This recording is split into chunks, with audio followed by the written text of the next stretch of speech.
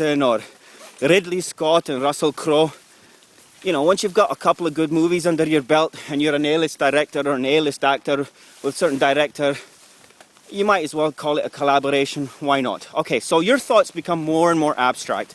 And I know I'm meandering, but the whole point of this stuff is I love doing this stuff, and I don't care how crazy I sound.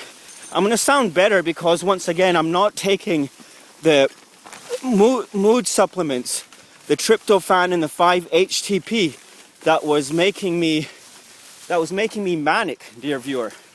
So, you know, my mania and my depression, you know, are another chapter in my life. There's really not much to be said about my depression. The only time I was really severely depressed was for 6 months when Judith went off to... Are you ahead of me, babe? All right.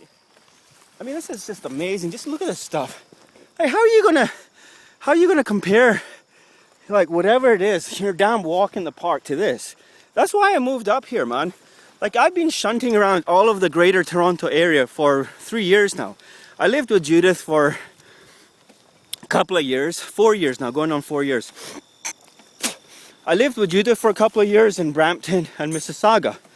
And then, you know, I lived in shelters for 4 months, and since then I've been shunting around.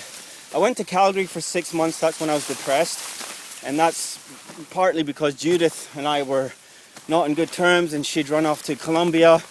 I had stopped smoking weed. Long story upon story. But it doesn't matter. I want to get back to meditation very quickly and just say, listen, disassociate, okay? Get to a point where you're not tied into your associations. You understand. These associations of yours are what the Buddhists call delusions. Your delusions. They bring you so much joy, but the joy is a phantom kind of joy. It's not real.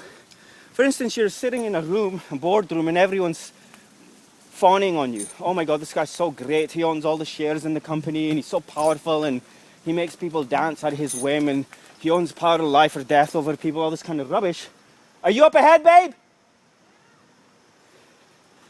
Yeah, but you see, no one understands the guy's private, tragic life.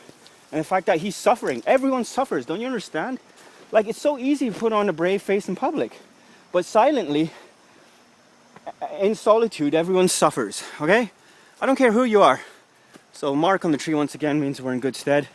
All right, so it doesn't matter. I'm rambling. I'm going around in circles. I got so many thoughts in my head. You know, I'll be honest with you, dear viewer.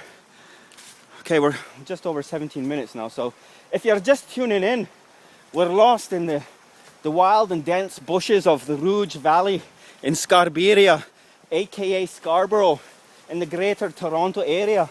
If you look at the map, it's basically the biggest blotch of green on there, right next to Toronto Zoo.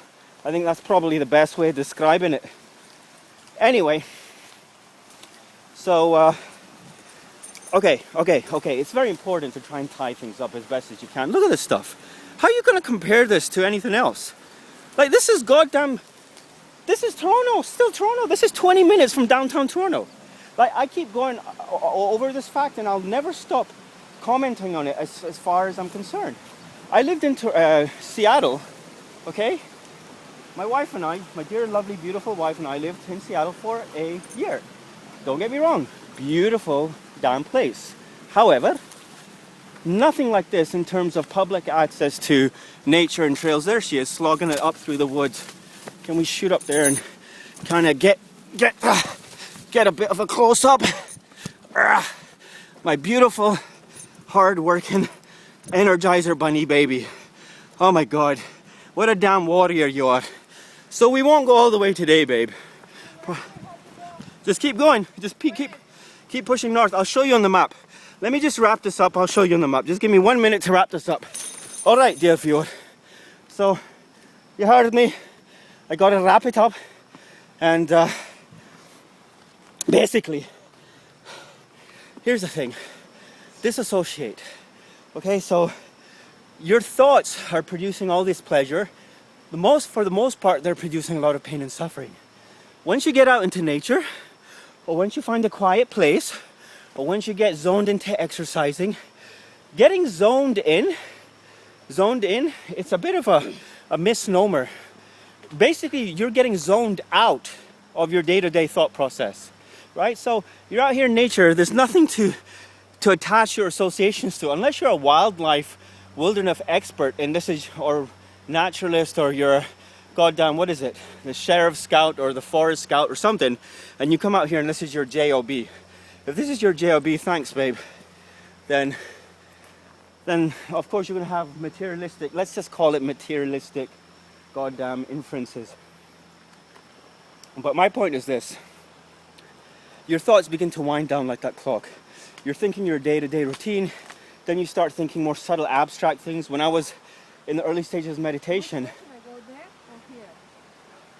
I would go up there. And there'll be a trail going straight across